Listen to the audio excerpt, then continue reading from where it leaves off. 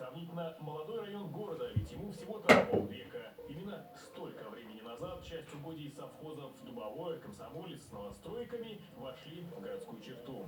Но не будем торопиться и начнем сначала. Земли эти были известны с давних пор. Как гласит белгородская легенда, именно здесь, на территории современной Харьковской горы, проходил путь полка Игорева. Именно здесь, 1 мая 1185 года, по нынешнему летоисчислению, князь с дружиной наблюдал солнечное затмение.